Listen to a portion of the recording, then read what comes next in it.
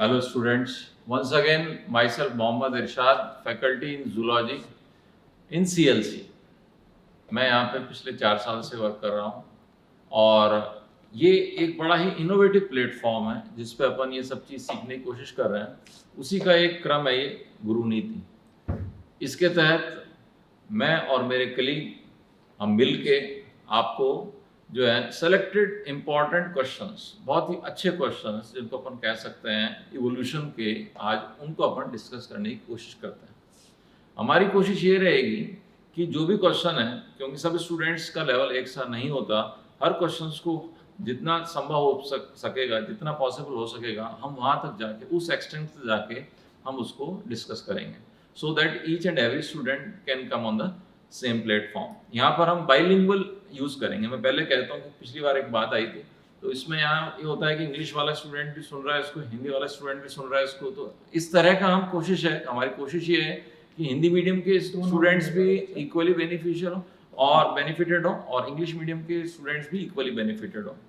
तो इस बात की कोशिश करते हैं। तो हिंदी मीडियम वाले ये ना सोचेंगे साहब इंग्लिश में क्यों बोल रहे हैं, और इंग्लिश मीडियम वाले ये ना सोचेंगे साहब हिंदी में क्यों एक्सप्लेन कर रहे हैं, दोनों ही लैंग्वेज में है ना। तो ये मेरे कलीग हैं।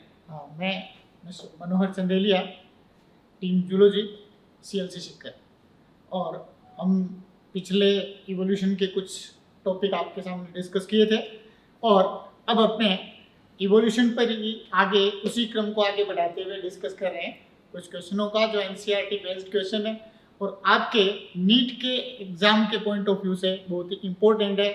और ये एक शानदार प्लेटफॉर्म है जिसमें आपसी डिस्कस से आप भी कुछ सीखते हैं और एग्जाम के पॉइंट ऑफ व्यू से वो सारी चीजें आपके लिए इम्पोर्टेंट रहती हैं। ठीक है, तो स्टार्ट करते हैं students. Question number 119, which of the following can result the change in allele frequency of a small population? कौन सा एक छोटी समष्टि की जीनी बारंबारता को परिवर्तित कर सकते हैं? तो ये देखिए आप क्वेश्चन की अप्रोच कौन से थ्योरी से लिए, हार्डी-विनबर्ग थ्योरी। तो हार्डी-विनबर्ग थ्योरी में आपने पढ़ा है कि कुछ ऐसे फैक्टर है जो उसकी एलील फ्रीक्वेंसी को चेंज कर सकते हैं। तो हार्डी-विनबर्ग थ्योरी में आपने पढ़ा है कि उसमें किसी भी पॉपुलेशन के अंदर जो जीन पूल है वो कांस्टेंट बना रहता है। तो जीन पूल कांस्टेंट बना रहता है, उस जीन पूल को या उसकी जीन फ्रीक्वेंसी को ऐसे कौन से फैक्टर है जो उसको चेंज कर सकते हैं?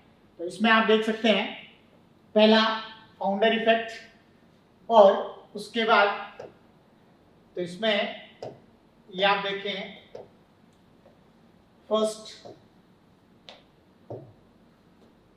Founder effect. तो फाउंडर इफेक्ट है ये इसको चेंज कर सकता है। उसके बाद देखें एब्सेंस ऑफ नेचुरल सिलेक्शन, ये चेंज नहीं करता। नेचुरल सिलेक्शन जो है वो चेंज कर सकता है, लेकिन दे रखा क्या है, एब्सेंस ऑफ नेचुरल सिलेक्शन। तो नेचुरल सिलेक्शन ये चेंज नहीं करेगा। Next bottleneck effect. तो बोटलनेक इफेक्ट भी आपने पढ़े हैं, दोनों effect, founder effect and bottleneck effect, ये दोनों ही एलील फ्रीक्वेंसी को चेंज कर सकते हैं। तो करेक्ट आंसर इसके अकॉर्डिंग क्या होना चाहिए?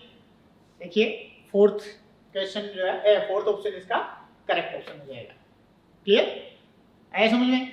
इसके साथ ही नेक्स्ट क्वेश्चन चलिए सर।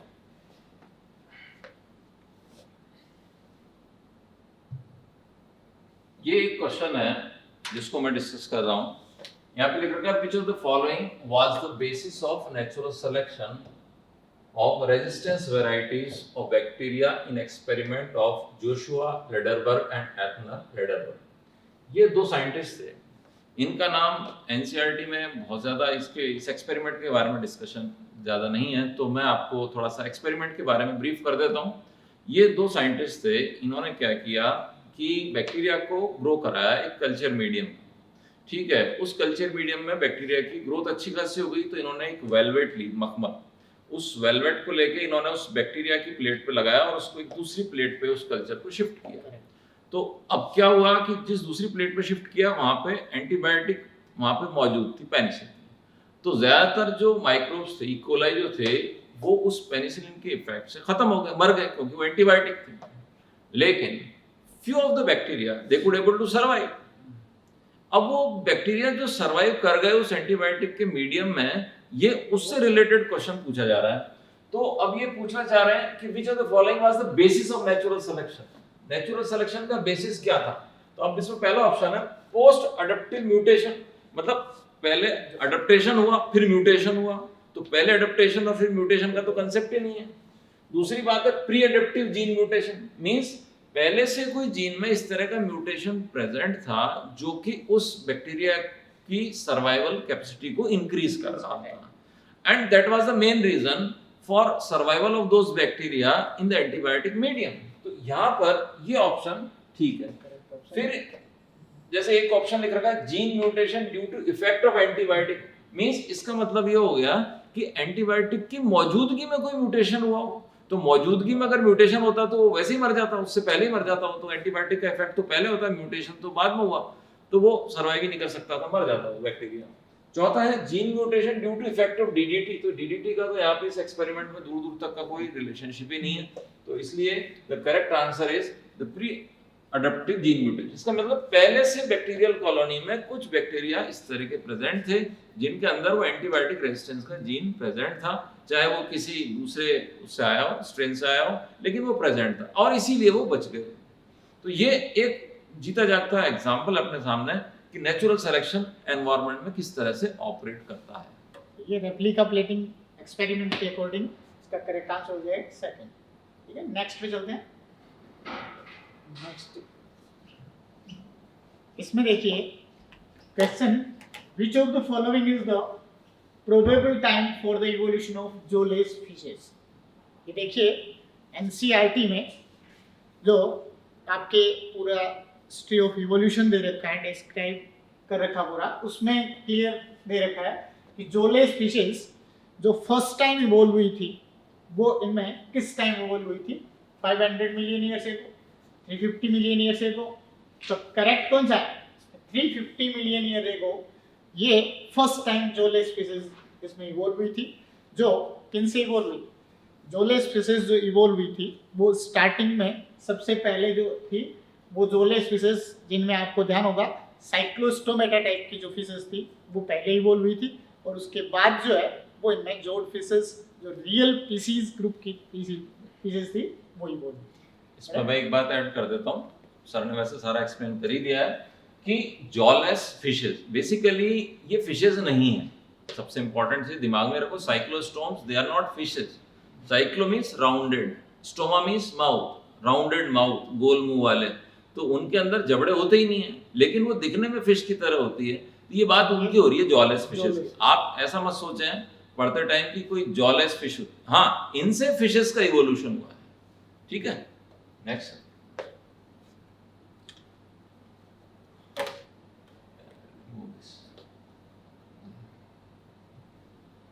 अब ये क्वेश्चन है, which of the following was a fish like reptile. मछली की तरह का रेप्टाइल कौन था इसमें से?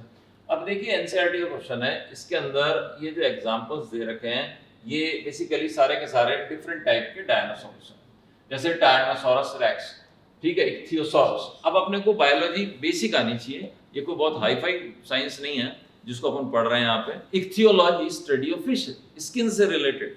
तो ऐसे डायनासोर्स जिनकी स्किन या जिनका बॉडी मछलियों से रिजेंबल करता था, उनमें से एक था ये इक्थियोसॉरस। ये पानी में रहने वाला डायनासोर था। अब ये इसकी बॉडी का जो डिजाइन था, it was just like a fish, इस तरह का डिजाइन था ये। तो ये मछली के समान सरीसृप है ना, फिश लाइक इसकी बॉडी थी, तो ये इस तरह का था। बाकी तो सारे ये जमीन पे रहने वाले थे, टायरानोसॉरस, स्टीगोसॉरस, ट्राइसेराटॉप्स, ये सारे टेरेस्ट्रियल डायनासोर्स थे। ठीक है, तो करेक्ट आंसर इज इक्थियोसॉरस, है ना, पानी में रहने वाला। उसमें नेक्स्ट देखिए, इसी से रिलेटेड क्वेश्चन है ये, which of the following reptile shows the convergent evolution with the whale।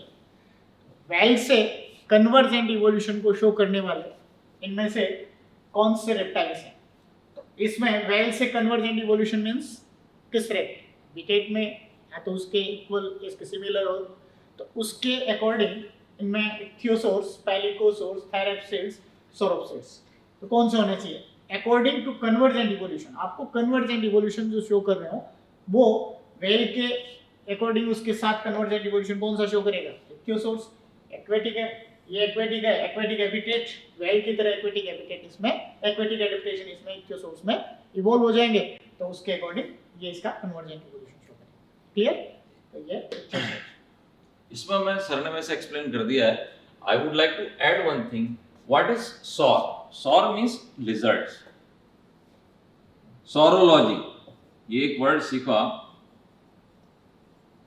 It is study of lizard. Ichthyosaurus, ichthyo means अभी भी बताया मैंने आपको, इक्थियोस मींस स्किन से रिलेटेड है, फिशेस की जो स्किन है ना, तो ये उससे रिजेंबल करता है। अब कन्वर्जेंट इवोल्यूशन है, सर ने बताया कि ये डिफरेंट हैबिटेट में रहने वाले ऑर्गेनिज्म जब एक ही हैबिटेट में आके रह जाएं तो दोनों में एक से फीचर आ जाते हैं।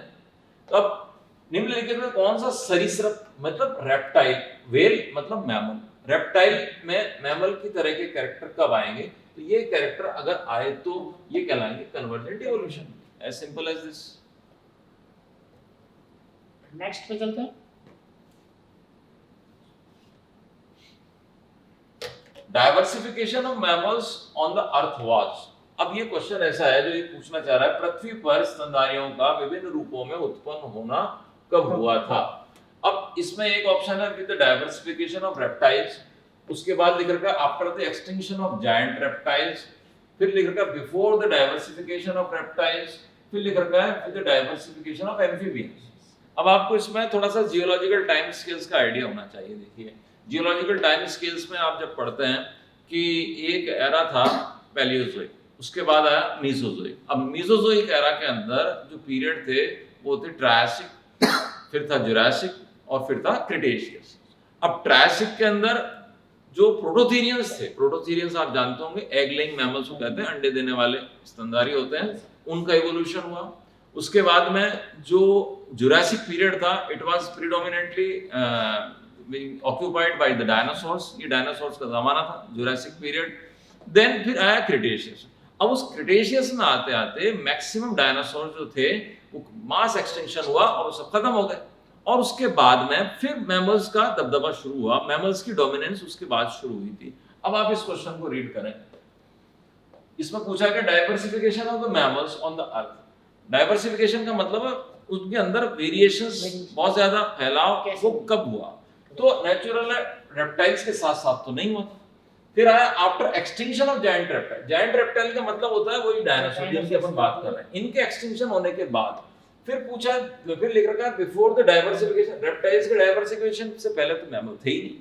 उसके बाद डाइवर्सिफिकेशन एम्फीबियन, एम्फीबियंस का मैमल से बहुत दूर का मतलब काफी डिस्टेंस है, तो the correct answer will be after the extinction of giant reptiles. Means dinosaur जैसे रेप्टाइल्स जब खत्म हुए तब जाके ये जो मैमल्स का डाइवर्सिफिकेशन है उस पे एम्फेसिस हुआ। उसमें तो आपको ध्यान है कि with the diversification of reptiles, तो डायनासोर्स के टाइम तो कोई मैमल्स का इवोल्यूशन जो है वो उसको ज्यादा डाइवर्सिफाई होने ही नहीं दिया, डायनासोर्स तो डोमिनेंट हो गए थे अर्थ पे। तो इनके एक्सटिंक्ट होने के बाद जो है वो रेप्टाइल डेवलप हुए, ये मैमल्स जो है वो इवॉल्व हुए इनसे। Clear? Next, which of the following were responsible to override the South American fauna after the continental drift। इसमें देखिए सबसे पहले आप कॉन्टिनेंटल ड्रिफ्ट जो है इसका कॉन्सेप्ट समझ लें। कॉन्टिनेंटल ड्रिफ्ट क्या है? कॉन्टिनेंटल ड्रिफ्ट मीन्स अगर दो कॉन्टिनेंट या तो पहले से सेपरेट हो, वो कॉन्टिनेंट आपस में एक दूसरे के साथ मिल जाए, या फिर पहले कोई कॉन्टिनेंट है वो दूसरे कॉन्टिनेंट से सेपरेट हो जाए, इस तरह का कोई कॉन्टिनेंटल चेंजेस आ जाते हैं तो वो कॉन्टिनेंटल ड्रिफ्ट है।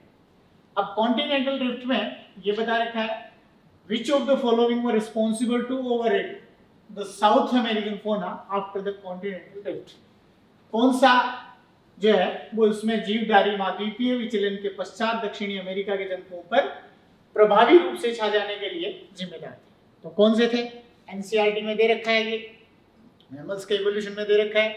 इनके अंदर north American flora, south American flora, north American फोना, साउथ अमेरिकन फोना। तो कौन से हुए थे? नॉर्थ अमेरिकन फोना जो है वो इसके लिए रिस्पॉन्सिबल थे। क्लियर? तो नॉर्थ अमेरिकन फोना इसके ऊपर धीरे धीरे डोमिनेंट होते गए और वहाँ उनकी खूब सारी स्पीसीज जो है वो डाइवर्सिफाई हो गई। क्लियर? बिल्कुल सिंपल वे में सर ने एक्सप्लेन किया है। मैं उसमें सिर्फ एक चीज ऐड करूंगा। मान लीजिए अगर ये एक रफ स्केच है नॉर्थ अमेरिका का और ये एक रफ स्केच है मान लीजिए साउथ अमेरिका का, तो ये जो थे पहले सेपरेट थे, अब ये जुड़ गए। कॉन्टिनेंटल ड्रिफ्ट का मतलब क्या है? महाद्वीपीय विस्थापन कहते हैं ना इंग्लिश हिंदी में उसको। अभी विस्थापन हुआ तो ये जुड़ गए। अब जुड़ गए तो यहाँ के जो जानवर थे कौन से वाले? Carnivorous animals. वो कार्निवोरस एनिमल्स यहाँ आ गए, उन्होंने यहाँ के हेर्बिवोर्स को खत्म कर दिया। इतनी सी बात है। धीरे धीरे चेंजेस आते गए, धीरे धीरे चेंजेस आते गए तो वो उनके ऊपर डोमिनेट होते गए। क्लियर? नेक्स्ट चलते हैं।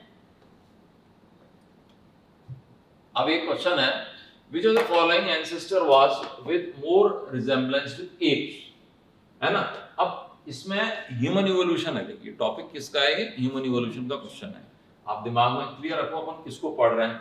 यहाँ पर एक वर्ड बार बार काम में आता है, उसका नाम है पिथेकस। पिथेकस का मतलब होता है एप, ठीक है ना।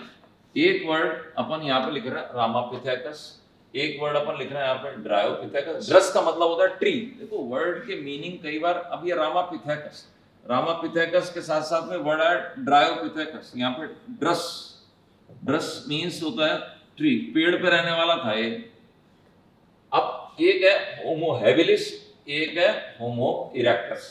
तो ये तो अब पूछना क्या जा रहा है, क्वेश्चन में क्या पूछा है इस पे फोकस करो आप। क्वेश्चन में पूछा जा रहा है कि जो एप से ज्यादा रिजेंबल करता था, ह्यूमन से नहीं, नॉट विद मैन, एप से ज्यादा रिजेंबल करता था। तो एप से ज्यादा रिजेंबल कौन करता था? ड्रायोपिथेकस। ये it was more like a man, it was more like an app. ये कपी की तरह, हिंदी में अपन एप को बोलते हैं कपी, तो कपी की तरह था ये। तो इसमें जो करेक्ट ऑप्शन है वो है ड्रायोपिथेकस, ठीक है। ये तो बहुत बात के थे। इसमें सर ने बताया क्या वैसे, ये एनसीईआरटी की लाइन है। एनसीईआरटी में दे रखा है कि ये ऐप जो इवॉल्व हुए थे इनमें रामापिथेकस, ड्रायोपिथेकस थे। ड्रामापिथेकस के बारे में दे रखा है more like man and Dryopithecus more like app. तो ये इसमें दोनों थे। इनसे बाद में एक ऐप में इवॉल्व हुआ था, कौन सा था? ऑस्ट्रेलोपिथेकस। क्लियर? ये आगे नेक्स्ट चलते हैं।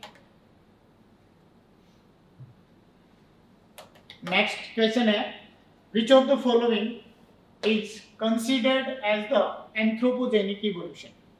Anthropogenic evolution means, आप समझ रहे हो, anthropogenic means man made, यानी जिसको ह्यूमन ने अपने पर्पज के अकॉर्डिंग इवॉल्व किया।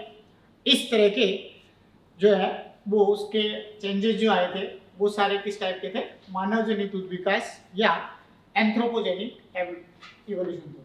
तो एंथ्रोपोजेनिक में फर्स्ट देखिए, natural selection of pesticide resistant varieties of paste.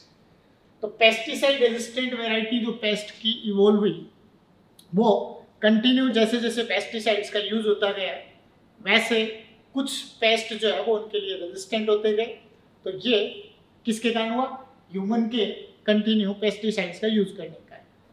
Next, natural selection of DDT resistant varieties of mosquito. तो मॉस्किटो की डीडीटी रेजिस्टेंट जो वेराइटी इवॉल्व हुई वो भी सेम वही पैटर्न था।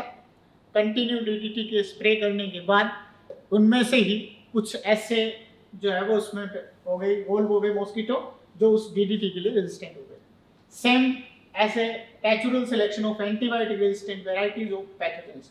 लगातार पैथोजेंस के लिए जो इसमें एक के बाद एक एंटीबायोटिक्स डेवलप की जा रही है, उसमें भी क्या हो रहा है कि जैसे जैसे एंटीबायोटिक को एक्सपोजर हो रहा है इनके ऊपर, वैसे वैसे वो बैक्टीरिया उन एंटीबायोटिक के लिए रेजिस्टेंट होते जा रहे हैं, जिसके कारण डे बाय डे जो है वो नई नई एंटीबायोटिक्स आज देख रहे हैं। तो ये तीनों अगर देखें तो किस टाइप की इवोल्यूशन है? एंथ्रोपोजेनिक इवोल्यूशन है, मैन मेड इवोल्यूशन है सारे। ये करेक्ट आंसर क्या होना चाहिए इसके अकॉर्डिंग?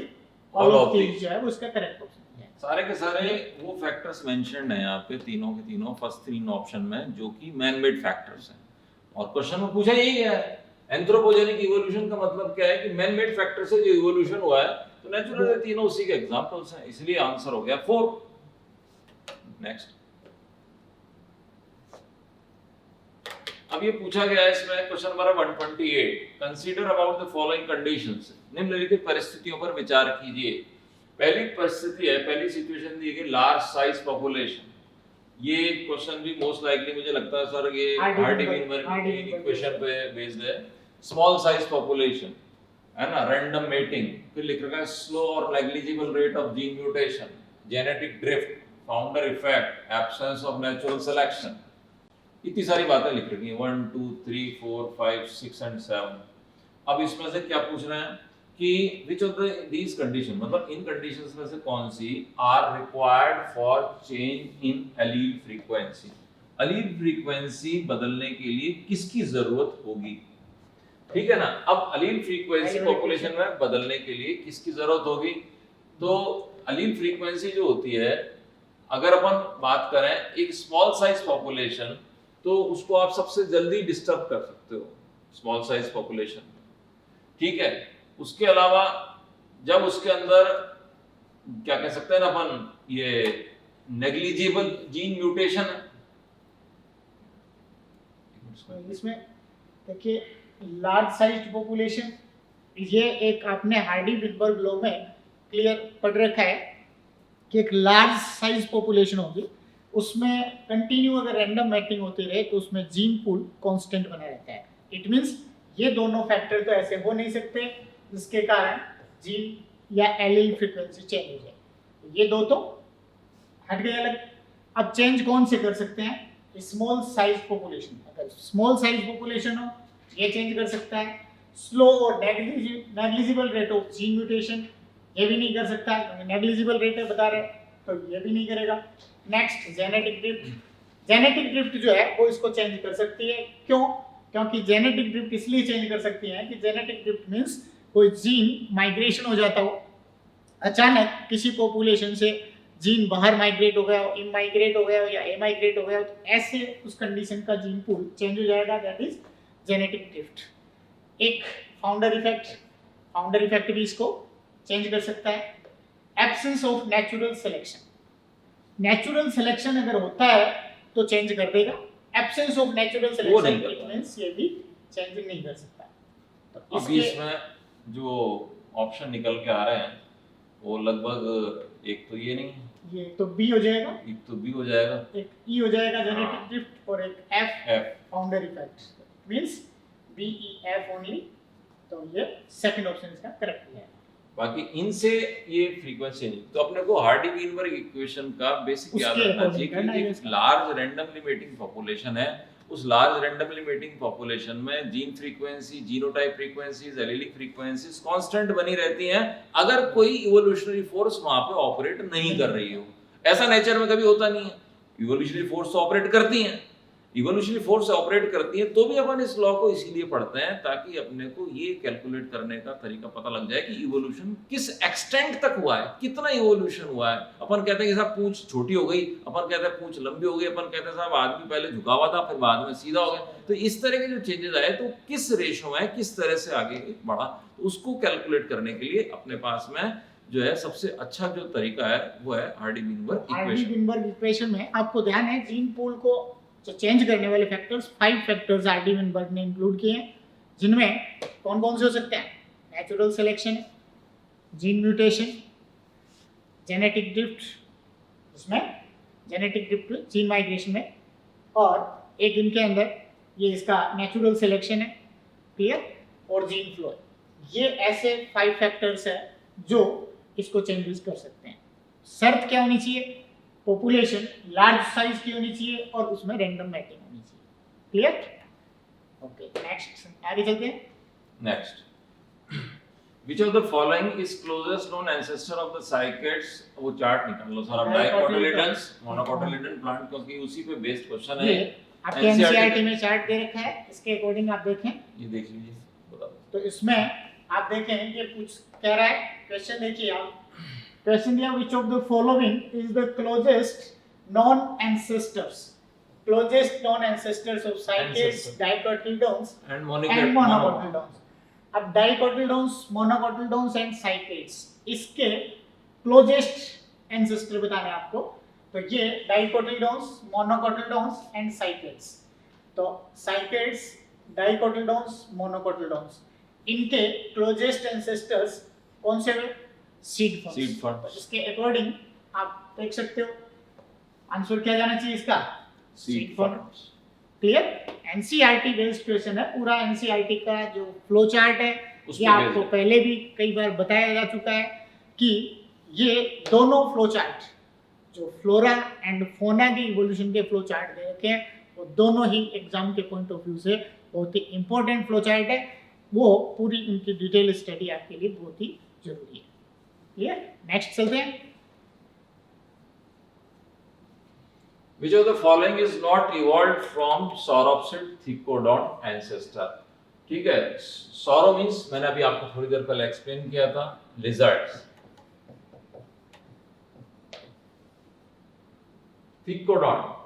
थीकोडोंट आप सबने डेंटिशन पढ़ रखा है। थीकोडोंट का मतलब होता है मसूड़े में लगे हुए दांत, गम्स में माउंटेड टीथ, वो कहलाता है थीकोडोंट टीथ। अब अपने को यहाँ पे जो एनसीईआरटी में एक फ्लो चार्ट दिया हुआ है इवोल्यूशन वाले चैप्टर में, उसकी स्टडी करनी पड़ेगी। इसमें आप ये फ्लो देखिएगा, चार्ट है, आपने देख रखा है इसको। ये यहाँ से स्टार्ट हो रहा है, ये सौरोप्सिड सौरोप्सिड से एक लाइन निकली, ये इवोल्यूशन की लाइन, ये देख लीजिए, ये थीकोडोंट्स की है। ये थीकोडोंट है जो है वो आप देख सकते हैं यहाँ पर, इससे एक इवोल्यूशन है, सीधा एक क्रोकोडाइल है, दिस इज क्रोकोडाइल। अब इससे आप देखें एक लाइन निकली है जो इवोल्यूशन की, ये निकली किसकी? ये निकली बर्ड्स। हाँ, नेक्स्ट इससे बर्ड्स इवॉल्व हो रहे हैं, बर्ड्स इवॉल्व हो रहे हैं, देखिए आप यहाँ पे, है ना? थर्ड मैमल्स ये थेराप्सिड्स है, थेराप्सिड्स है, ये पेलिकोसॉरस, एक डायनासोर्स है, क्रोकोडाइल, नहीं, डायनासोर्स एंड ये वाला है ना सर, ये सिनेप्सिड से बता रहा है, सिनेप्सिड से पेलिकोसॉरस, पेलिकोसॉरस से थेराप्सिड, सौरोप्सिड थीकोडोंट से, हाँ सौरोप्सिड थीकोडोंट एंसेस्टर्स। हाँ, डायनासोर्स ये इससे इवॉल्व है। क्वेश्चन क्यों क्या पूछा है? Which of the following is not evolved from not evolve, not not evolve पूछा पूछा है, नेगेटिव इंपैक्ट वाला क्वेश्चन है। हाँ। उसके अकॉर्डिंग आपको देखना है कि कौन सा इससे इवॉल्व नहीं हुआ। Tortoise, birds, mammals, crocodiles, dinosaurs. अब इसमें आप देखिए, ये क्रोकोडाइल, बर्ड्स, डायनासोर्स, ये आप देख लीजिए बर्ड्स, क्रोकोडाइल एंड डायनासोर्स, ये तीनों किससे इवॉल्व हुए? Thecodont ancestors. तो कौन से इवॉल्व नहीं हुए? ट्वाटेरस और mammals. Answer according? A and C. Answer आ जाएगा फर्स्ट इसका। एक बार चार्ट निकालना से दोबारा से एक्सप्लेन कर देते हैं थोड़ा सा। हाँ, देखिए एक आप, बार एक्सप्लेन कर दो। हाँ, हाँ, ये देख लीजिए आप, ये यहाँ पे सीधा ही लाइन देख लीजिए आप, इसको फोकस करना पड़ेगा तो आप समझ में पाएंगे। ये सौरोप्सिड, ये यहाँ से सीधा लाइन गया और ये थेराप्सिड से आया मैमल्स, ऐसे। ये तो सिनेप्सिड का हो गया। ये सिनेप्सिड का हो गया। ये आया सौरोप्सिड से आया डायनासोर्स, ये डायनासोर एंड देन बर्ड्स, इस तरह से ये लाइन। तो आपको थोड़ा सा इसको, ये क्या है बेसिकली, एक इस तरह की चीज है जिसको एक्सप्लेनेशन कम होता है, इसमें लर्निंग ज्यादा होती है। You have to learn it, आपको सीखना पड़ेगा इसको, आपको प्रैक्टिस करनी पड़ेगी, आपको बिना देखे इसको लिखना भी आना चाहिए, इसका टाइम पीरियड भी आना चाहिए। तो ये क्या प्रैक्टिस वाला काम होगा। इसमें ये दोनों बहुत ही इंपॉर्टेंट है। इसमें कई बार बच्चे इग्नोर करते हैं इनको कि फ्लो चार्ट में ऐसे थ्योरी पढ़ ली, उसकी फ्लो चार्ट पे ध्यान ही नहीं दिया। तो फ्लो चार्ट से ही क्वेश्चन पूछे जाते हैं। तो सर बिल्कुल ज्यादातर इसमें जो क्वेश्चन है, क्योंकि आजकल आप देख रहे हो कि इवोल्यूशन और एप्लीकेशन जूलॉजी नीट के एग्जाम के पॉइंट ऑफ व्यू से बहुत ही ज्यादा इंपॉर्टेंट बना दिया है। एटलीस्ट बहुत 4 ज्यादा या क्वेश्चन 5 क्वेश्चंस हाँ। एक ही चैप्टर से आ रहे हैं। अब एक चैप्टर से आ रहे हैं, तो आप ये सोचो आप कितना इंपॉर्टेंट है, हर पॉइंट इसका इंपॉर्टेंट है, आपके हर लाइन इंपॉर्टेंट है एनसीईआरटी की। बिल्कुल, तो ये एनसीईआरटी बेस्ड है, इसको इसलिए आपको बहुत इसको ही लर्न जरूरी करना है। पड़ेगा भाई। इसके लिए आप घबराएं नहीं, इसको आप लर्न हाँ। करें, अपने हाथ से फ्लो बनाएं। चार्ट बना के देखिए, अपने हाथ से 2-4 बार फ्लो चार्ट बनाओगे तो ये तैयार हो जाएगा। आपको पता रहेगा कि कौन से एरा में कौन सा इवॉल्व हुआ। ये इनके साथ साथ आप देख सकते हैं कि इनके अंदर इनका इवोल्यूशन कौन से एरा में कैसे हो रहा है, कैसे कहाँ से डाइवर्सिफाई हो रहा है। एक जैसे उसको देखो, थीकोडोंट का डाइवर्सिफिकेशन हो गया, ये तीनों इवॉल्व हो गए। इसका डाइवर्सिफिकेशन होगा, ये इवॉल्व हो गए। यहाँ सौरोप्सिड से डाइवर्सिफाई हो गई, ये इवॉल्व हो गए। तो वो सारा आपको पता होना चाहिए कि कौन किस किस के डाइवर्सिफिकेशन से इवॉल्व हुए। क्लियर? ओके, आगे चले। Next, select the correct evolutionary sequence of mammals. स्तनधारियों के सही विकासीय क्रम का चयन कीजिए। तो इसमें आप देखिए, पहला सोरोप्सिड्स, फिर पैलिकोसोर्स, थेरेप्सिड्स। अभी अभी देखा अपन ये ने, अभी just चार्ट जो आपने देखा है, अभी देखो आप, चार्ट के अकॉर्डिंग हम ये क्लियर कर देखिए। सकते हैं। या ये चार्ट है, इसमें दे रखा सिनेप्सिड, फिर पैलिकोसोर्स, फिर थेरेप्सिड्स, फिर मैमल्स। क्लियर?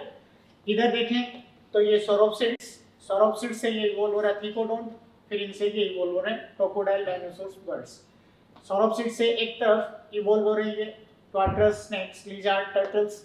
अब क्वेश्चन क्या पूछा है? ये फ्लो चार्ट है, फ्लो चार्ट के बेस पर ये आप देख रहे हो 2 क्वेश्चन बन रहे हैं। अब दोनों क्वेश्चन में देखिए इंपॉर्टेंट चीज क्या है इसमें, ये पूछा है sequence. Select the correct evolutionary sequence of mammals. Mammals की इवोल्यूशनरी सीक्वेंस की करेक्ट सीक्वेंस आपको देखना है इवोल्यूशन का। तो पहले में सोरोप्सिड, फिर पैलिकोसोर्स। तो सोरोप्सिड पैलिकोसोर्स से तो मतलब ही नहीं है, पैलिकोसोर्स का इवोल्यूशन अलग ट्रेंड हो गया इसका। नेक्स्ट है सिनेप्सिड्स, This is the correct option. Mammals. Correct है इसका सीक्वेंस, आप देख सकते हैं। फिर एक बार सिनेप्सिड के एक बाद नंबरिंग कर देते हैं। हाँ, सिनेप्सिड, थेरेप्सिड्स और उसके बाद mammals.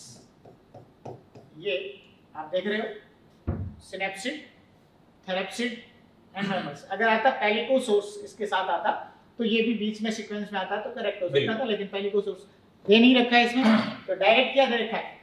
सिनेप्सिड्स, therapsids and mammals. This is the correct option. Correct option. देखिए उसी चार्ट पे बेस्ड ही क्वेश्चन है, हम पहले ही बता चुके हैं आपको, इसलिए बार बार एक ही चीज को रिपीट करनी पड़ रही है कि उसको आप प्रैक्टिस कीजिएगा, बना के देखिएगा। अपने हाथ से करेंगे बहुत अच्छे से लर्न हो जाएगा, और रिपीट करना पड़ेगा आपको, रिवाइज करना पड़ेगा, नहीं तो भूल भी जाते हैं। हाँ जी। Next, Which of the following is mismatch pair of animals? Mismatch pair of animals and its related information.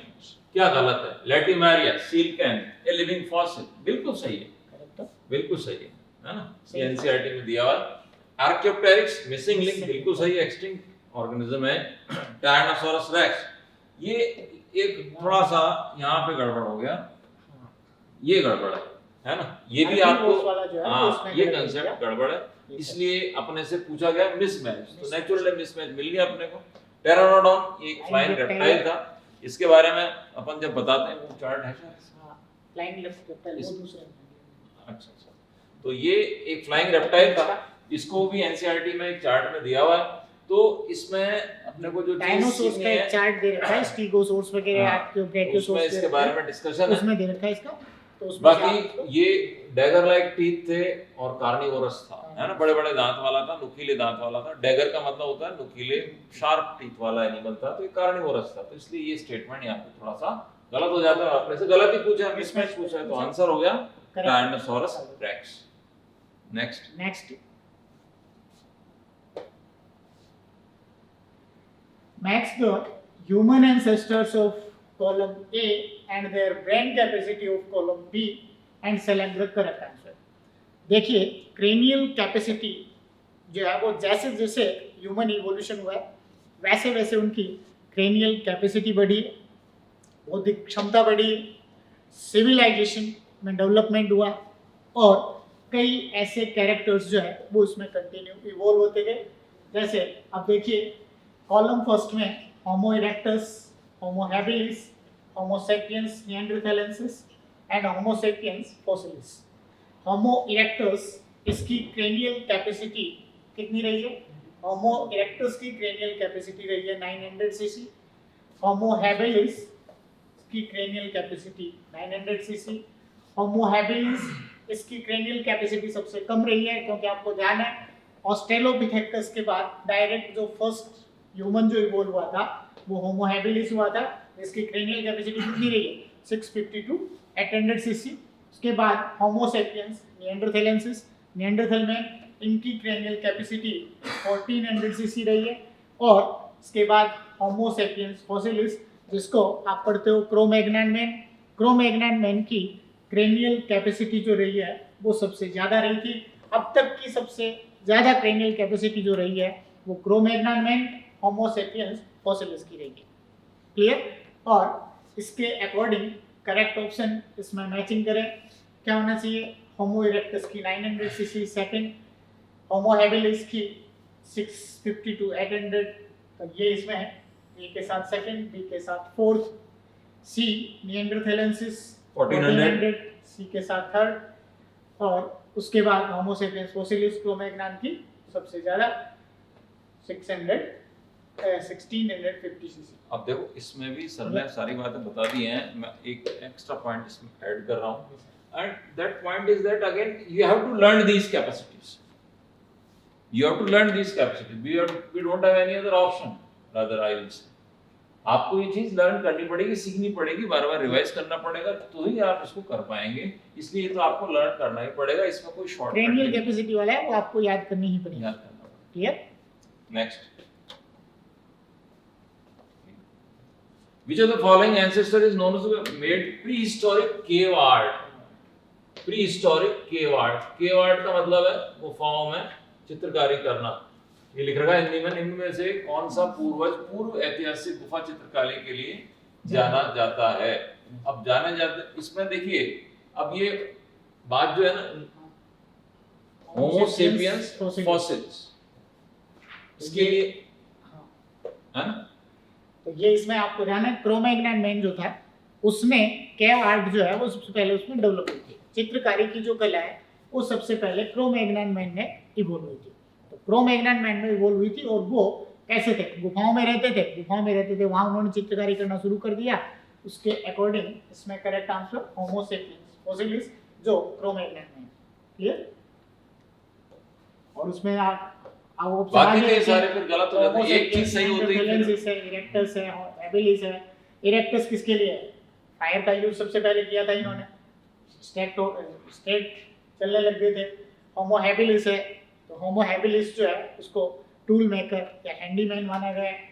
और ये होमो सेपियंस निएंडरथैलेंसिस, ये आपको ध्यान है ज़्यादा सोशलाइज हो गए थे, जिन्होंने एक तो क्रेनियल कैपेसिटी इंक्रीज हो गई थी इनकी, इसके साथ साथ अपने मुर्दों को दफनाना शुरू कर दिया था, स्पीच सेंटर डेवलप हो गया था इनमें। इस तरह के कैरेक्टर वो होमो सेपियंस निएंडरथैलेंसिस में इवॉल्व हुए। देखिए इसमें जो नॉमेनक्लेचर है ना, अगर आप देंगे ये क्रो-मैग्नन, ये फ्रांस में क्रो-मैग्नन वैली एक घाटी है। अब उस घाटी के अंदर इसके फॉसिल मिले, इसकी स्कल मिली, इसकी दूसरी बोन्स मिली, तो उनके बेसिस पे इनका नॉमेनक्लेचर है। ऐसे ही ये जर्मनी में निएंडरथल वैली, वहां पे इसके फॉसिल्स मिले, वहां पे इसकी बोन्स वगैरह मिली, तो वहां से इसको अपन ने नाम लिया निएंडरथैलिस। तो ये चीजें भी आप इसके साथ अगर लिंक कर लोगे तो मैं समझता हूँ याद करना थोड़ा सा आसान हो जाता है इन चीजों को, है ना? ठीक। नेक्स्ट,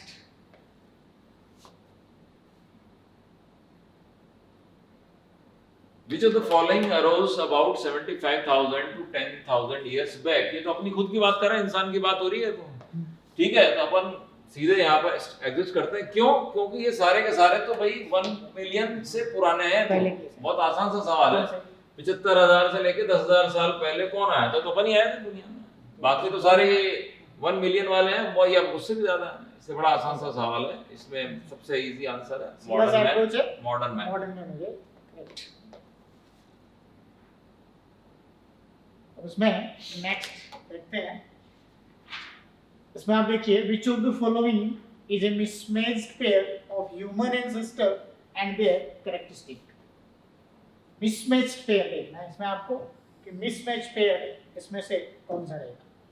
तो मिसमैच्ड पेयर है इसमें Homo habilis first tool maker, अभी आपको बताया था, इससे प्रीवियस क्वेश्चन में ही चर्चा की थी कि Homo habilis first tool maker हैं, इन्होंने सबसे फर्स्ट टाइम टूल्स बनाने शुरू कर दिए थे। होमो इरेक्टस फर्स्ट टाइम इन्होंने फायर का यूज करना शुरू कर दिया था, ये भी करेक्ट है। उसके बाद है निएंडरथल में हर्बीवोर एंसेस्टर, ये इनकरेक्ट है, ये मिसमैच पेयर हो गया। क्यों? क्योंकि निएंडरथल मैन जो थे वो किस टाइप के थे? ये कार्निवोरस थे, इसलिए ये गलत हो गया, इसका मिसमैच पेयर हो गया। इसके बाद देखें क्रो-मैग्नन मैन, जो अभी जस्ट सर ने अभी पहले थोड़ी देर पहले बताई थी, फ्रांस के क्रो-मैग्नन वैली से जो जिनके फॉसिल्स देखे गए थे, वो क्रो-मैग्नन में इसमें दे रखा है in closest ancestor of modern day man. Correct है। मॉडर्न डे मैन जो है आधुनिक मानव है, उसके जस्ट एंसेस्टर्स जो माने गए हैं वो क्रो-मैग्नन को माना, इसलिए ये भी करेक्ट है। तो इसमें मिसमैच्ड पेयर कौन सा होगा, उसके अकॉर्डिंग आंसर थर्ड हो जाएगा, नियंडरथल। ये मिसमैच क्यों मिसमैच हुआ सर आपको बताएंगे अभी, कि जो अभी आपके सामने डिस्कस किया था मिसमैच क्यों मान रहे हैं इसको, कार्निवोरस था भाई। कार्निवोरस। क्लियर। तो ये इसलिए हाँ। मिसमैच पेयर हो गया। तो ये चीजें वापस से वही बात घूम फिर के आ जाती है कि you have to learn these points. पूरा का टॉपिक ही चैप्टर इसी तरह का है कि आपको कई चीजें तो लर्न करनी है, आपके पास कोई ऑप्शन नहीं है, आपको कोई लॉजिक नहीं लगा सकते आप। आपको कंसेप्ट पता है आप क्वेश्चन कर देंगे, अगर आपको बात पता नहीं है आप नहीं कर पाएंगे, अगर गलत पता है तो भी आपका क्वेश्चन गलत हो जाएगा। इसलिए इनको इस तरह के चैप्टर्स या इस तरह की, क्योंकि ह्यूमन फिजियोलॉजी नहीं पढ़ रहे आप यहाँ पे, है ना, वहाँ पे कंसेप्चुअल चीजें आती हैं, हर चीज लिंक्ड होती है कहीं ना कहीं, लेकिन यहाँ पर आपको बिल्कुल एक अलग अप्रोच से बायोलॉजी को पढ़ना होता है, और वो टेस्ट आपको डेवलप करना पड़ेगा मजबूरन, चाहे खुशी से कर लो या तो खुशी से कर लो, नहीं मजबूरी में करना पड़ेगा। तो यहाँ पर करना पड़ेगा आपको। काम ये है कि क्वेश्चन है, आपको 4 या 5 क्वेश्चन आएंगे नीट के एग्जाम में, तो चैप्टर तो अच्छे से करके जाना है, इसमें नहीं, छूट नहीं है। वो Very- चेंज कर दिया, हाँ, उसके इसमें- अकॉर्डिंग आपको करना पड़ेगा। बिल्कुल, absolutely. Next, which of the following is represented between lemur and spotted cuscus? अब ये वापस से वही एनसीईआरटी बेस्ड क्वेश्चन आ गया, एक चार्ट दिया हुआ है कि उनके फॉलोइंग रिप्रेजेंटेड स्लाइड बिटवीन, दिखा देते हैं सर इनको। हाँ बिल्कुल, उससे ज्यादा क्लियर हो जाएगा। अब देखिए ये है लीमर और ये है स्पॉटेड कस्कस। अब एक तो है ये मार्सुपियल्स, ये है प्लेसेंटल्स, ये सब आपको पता होगा ना, ये तो क्या है प्लेसेंटल मैमल्स, प्लेसेंटल्स, ये हो गए मार्सुपियल। मार्सुपियल्स। कई लोगों के साथ, कई स्टूडेंट्स का दिक्कत भी यही होती है कि उनको ये पता नहीं होता मार्सुपियल्स होते क्या है, प्लेसेंटल्स क्या होते हैं। जहाँ पर डाइवर्सिटी नहीं आती तो भी ये टॉपिक क्लियर नहीं होगा। अब इसमें दिक्कत ये है कि आपको ये पता होना चाहिए कि ये प्लेसेंटल्स हैं, ये ऑस्ट्रेलिया में भी इवॉल्व हो रहे थे, एशिया में भी इवॉल्व हो रहे थे, ये ऑस्ट्रेलिया में इवॉल्व हो रहे थे। तो पैरेलल इवोल्यूशन क्या है कि evolution of 2 closely related species eight 2 different locations. तो ये तो ऑस्ट्रेलिया में भी इवॉल्व हुए और एशिया में भी इवॉल्व हुए, लेकिन ये वाले केवल ऑस्ट्रेलिया में इवॉल्व हुए। तो इनका ऑस्ट्रेलिया में इवोल्यूशन और इनका एशिया में इवोल्यूशन, ये कहलाता पैरेलल इवोल्यूशन था, एक दूसरे से मिलते जुलते क्लोज रिलेटेड स्पीशीज थी, ये पैरेलल इवोल्यूशन है। तो किसको रिप्रेजेंट कर रहा है ये, इसमें क्वेश्चन में देखा पैरेलल इवोल्यूशन। हां, डाइवर्जेंट है नहीं, क्योंकि डाइवर्जेंट में तो अलग अलग लाइंस निकल जाती हैं, एडाप्टिव रेडिएशन है नहीं, है ना, और ये है नेचुरल सिलेक्शन, उसका भी यहाँ रिप्रेजेंट नहीं कर रहा नेचुरल सिलेक्शन को। ये अलग अलग जो है वो डिफरेंट टाइप की जो क्लोज रिलेटेड स्पीशीज है वो डिफरेंट ज्योग्राफिकल एरिया में इवॉल्व हो रही है। क्लियर, क्या हो गए पैरेलल इवोल्यूशन। रेल की पटरी की तरह 2 लाइनें साथ साथ चल रही हैं जो कभी मिलती नहीं है। क्लियर। नेक्स्ट,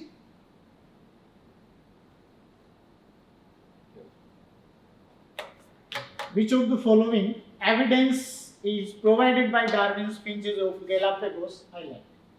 कौन सा प्रमाण गैलापेगोस आइलैंड पर या गैलापेगोस द्वीप समूह के डार्विन फिंचों के द्वारा उपस्थित कराया गया? बायोजियोग्राफिकल एविडेंस, करेक्ट है। Evidence from branching descent, Darwinian theory के अकॉर्डिंग बता रखा है, 2 की कॉन्सेप्ट थे, ब्रांचिंग डिसेंट और सेकंड नेचुरल सिलेक्शन। ये भी करेक्ट है, ब्रांचिंग डिसेंट का एविडेंस है। एविडेंस फ्रॉम डाइवर्जेंट इवोल्यूशन और एडाप्टिव रेडिएशंस, तीनों ही करेक्ट है। ऑल ऑफ दीज करेक्ट, सारी बातें ये सही। आप देख रहे हो बायोजियोग्राफिकल एविडेंस भी है इसका, क्योंकि एक गैलापेगोस आइलैंड में डिफरेंट हैबिटेट में जैसे ही वो माइग्रेट हुई, अलग अलग हैबिटेट में माइग्रेट होने के कारण उनके अंदर फीडिंग नेचर चेंज हुई। फीडिंग नेचर चेंज होने के कारण उसमें बीक शेप में चेंजेस आते गए, और बीक शेप में चेंजेस का आना वो एक अलग अलग तरह की स्पीशीज को इवॉल्व करना हुआ। तो डार्विन फिंचेस की अलग अलग स्पीशीज जो इवॉल्व हुई वो बायोजियोग्राफिकल एविडेंस के कारण, ये उसका बायोजियोग्राफिकल एविडेंस भी है, ब्रांचिंग डिसेंट भी है, और एक एडाप्टिव रेडिएशंस का एविडेंस भी है। करेक्ट, ठीक है, ऑल ऑफ दीज करेक्ट हो जाएगा। Which of the following extinct ancestor essentially ate fruits? Extinct है, अपना ancestor भी है जो क्या खाता था, फल खाता था, and hunted with stone weapons. वही वाली बात आ गई अभी जब डिस्कस किया था कि ये जो वाला था कौन सा वाला, homo habilis. Homo habilis tool maker था, ऑस्ट्रेलोपिथेकस ये रामापिथेकस, ड्रायोपिथेकस। अब इसमें आप देखो पूछा क्या है, essentially ate fruit and hunted with stone weapons. Stone weapons से हंट करता था, शिकार करता था, लेकिन फिर भी वो कार्निवोर्स नहीं थे।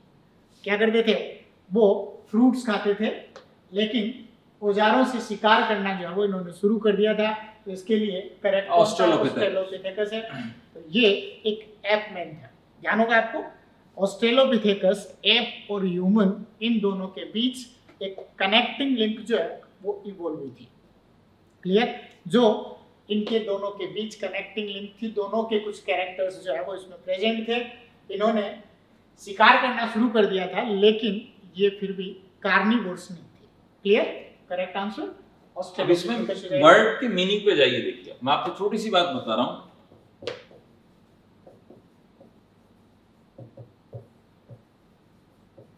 ऑस्ट्रेलो वर्ड जो है इसका मतलब होता है साउथ, दक्षिण। यहाँ पे दक्षिण, कई बच्चे कैसा ऑस्ट्रेलिया में आया था क्या, ऑस्ट्रेलिया में नहीं आया, ये आया साउथ अफ्रीका में। साउथ अफ्रीका में इवॉल्व हुआ था ये, और वहां से माइग्रेट करके फिर दूसरी लोकेशंस पे गया था।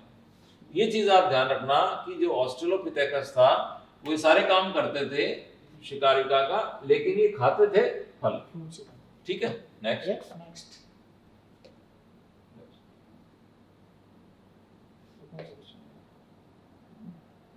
Which of the following is not related with Australopithecus? अब ये Australopithecus से रिलेटेड कौन सा नहीं है, तो अब इसके अंदर ये है कि Australopithecus जो था उसका जो फॉसिल था उसका ये रेमंड डार्ट ने खोजा था, इसका रेमंड डार्ट ने डिस्कवर किया था। तो ये जो दोनों थे ना, ल्यूसी और तुआंग बेबी, ये इसके फॉसिल्स थे, अलग अलग फॉसिल्स थे। बेबी का फॉसिल मिला था, बेबी का स्कल मिला था। तुआंग एक शहर का नाम है जहाँ पे मिला था, इसलिए नाम होगा उसका तुआंग बेबी। ल्यूसी भी इसी तरह का एक फॉसिल था, लेकिन वो हैंडीमैन नहीं था। ठीक है, और ये तो सही है, अपन ने अभी भी डिस्कस किया था। दे लिव्ड इन अफ्रीका में इवॉल्व हुआ 2 मिलियन ईयर, तो ये बात सही है ना। अब ये पूछ रहा है कि नॉट रिलेटेड, नॉट तो फिर एक ही बचा, हैंडीमैन नहीं था। जो आपको ध्यान है अभी बताया था, टूल मेकर, हैंडीमैन, जो किसके लिए आता है, होमो हैबिलिस के लिए। ये होमो हैबिलिस के लिए आता है। इसका मतलब ऑस्ट्रेलोपिथेकस से कौन सा रिलेट नहीं है, सेकंड जो है वो ऑस्ट्रेलोपिथेकस से रिलेट नहीं होगा। क्लियर? नेक्स्ट चलते हैं। Who used the term survival of the fittest? यहाँ पर वो ये लर्न करने वाली बात है। हर्बर्ट स्पेंसर ने सबसे पहले ये बताया था कंसेप्ट सर्वाइवल। बाद में डार्विन ने इसको बड़ी डिटेल में एक्सप्लेन किया था, नेचुरल सिलेक्शन के साथ में ऐड करके। ठीक है, तो यहाँ पर करेक्ट आंसर है हर्बर्ट स्पेंसर। ये लर्न करना पड़ेगा आपको। क्लियर? नेक्स्ट चलते हैं। Which of the following is incorrect about the Homo erectus? Homo erectus के लिए इनकरेक्ट कौन सा है? Homo erectus ध्यान है आपको, Homo habilis से इवोल्व हुए थे, जिनमें क्रेनियल कैपेसिटी बढ़कर 900 to 1000 सीसी हो गई थी, जिनमें जावा मैन, पैकिंग मैन और एक तीसरा जो है वो इनके अंदर जावा man, packing man and Heidelberg man. ये तीनों रेसेस जो थी ह्यूमन की, वो किस में थी, ये होमो इरेक्टस की थी। तो होमो इरेक्टस में क्या पूछा है, इसमें कौन सा गलत है, इज इनकरेक्ट पूछा है। इनकरेक्ट इसके लिए कौन सा है, they probably did not eat the meat, correct है। उसके बाद नेक्स्ट देखें, ये they had large brain capacity, sorry did not eat, did not, they did not, ये नहीं गाते थे, ये गलत हो गया इसका, तो इसका रॉन्ग हो गया इसका फर्स्ट ही।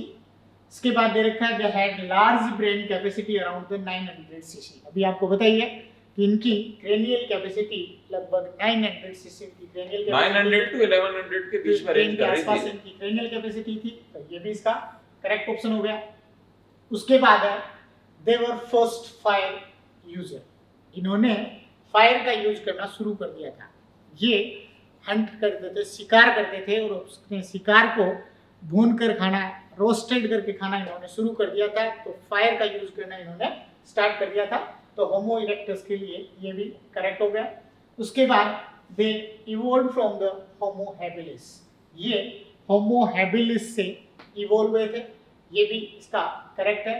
तो ये अभी आपको इससे पहले ही बता दिया था सारे इसके, होमो हैबिलिस से इवोल्व होके और इनमें क्रेनियल कैपेसिटी इंक्रीज हो गई थी। और ये इसके लिए इनकरेक्ट पूछा है, तो इनकरेक्ट में क्या बताओगे? They did not eat the meat, ये मीट नहीं खाते थे, ये दे रखा है, जबकि ये कैसे थे? कार्निवोर्स थे, मीट खाते थे। क्लियर? तो ये इसमें इसका होमो इरेक्टस के लिए इनकरेक्ट फर्स्ट हो जाएगा, बाकी इसके लिए बाकी सब है तो ठीक है। हाँ, तो ये आपके देखिए जो अब तक क्वेश्चन डिस्कस किए हैं, उम्मीद है आपको अच्छा लगा होगा। और कुछ क्वेश्चनों के बारे में जो कॉन्सेप्ट बेस लगभग वैसे इवोल्यूशन है, तो आप समझ पा रहे हो इसमें कि ज़्यादा इसमें कॉन्सेप्चुअल चीज़ें नहीं होती, लेकिन फिर भी जहाँ कॉन्सेप्ट लग रहा है वहाँ आपके समझ में आया होगा। जहाँ आपको बताया डाइवर्सिफिकेशन कैसे हो रहा है फ्लो चार्ट के अकॉर्डिंग, वो चीज़ें आप अच्छी तरह से समझें। और आगे नेक्स्ट टाइम मिलते हैं नेक्स्ट गुरु नीति में। Clear? Okay, right, thank you very much for listening. Thank you.